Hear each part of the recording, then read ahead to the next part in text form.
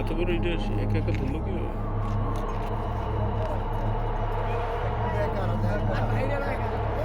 আমার এই হাতটা যাইয়া 2000 টাকার মোবাইল গেছে 2000 টাকা রুবিলে দেয় মাথা টিকিতে রাখি দুইটা বেশি না এই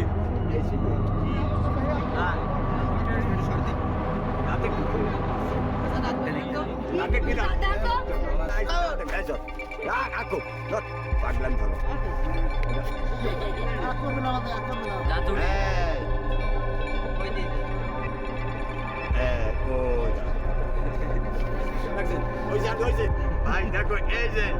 এই জাত বদ্ধ গাড়ুলি করে যাও এবার রে বাবা এই দেখছেন পেয়েছেন কোথায় আপনি দেখছেন কোথায় ওই নিচে মাছ ধরতে যায় টগরের মধ্যে টগর ডুবার সময় টগরের ভিতরে পাইছি মাছ ধরতে যায় ঘেরে কয়জনে ধরছেন কয়জনে ধরছি 4 জনে 4 জনে মিলে ধরছেন এখন ওই যে পরবর্তীতে কি করছেন ডিসিশন নিছেন কি ডিসিশন দিতে বস্তা ভরে থুয়ে দিয়েছি যদি বনবিঘালার আসে বনবিঘালাকে দিয়ে দেবো এইটা কি এর আগেও কি এরকম পাওয়াটা গেছে এর আগে আমি পাই নাই এই নতুন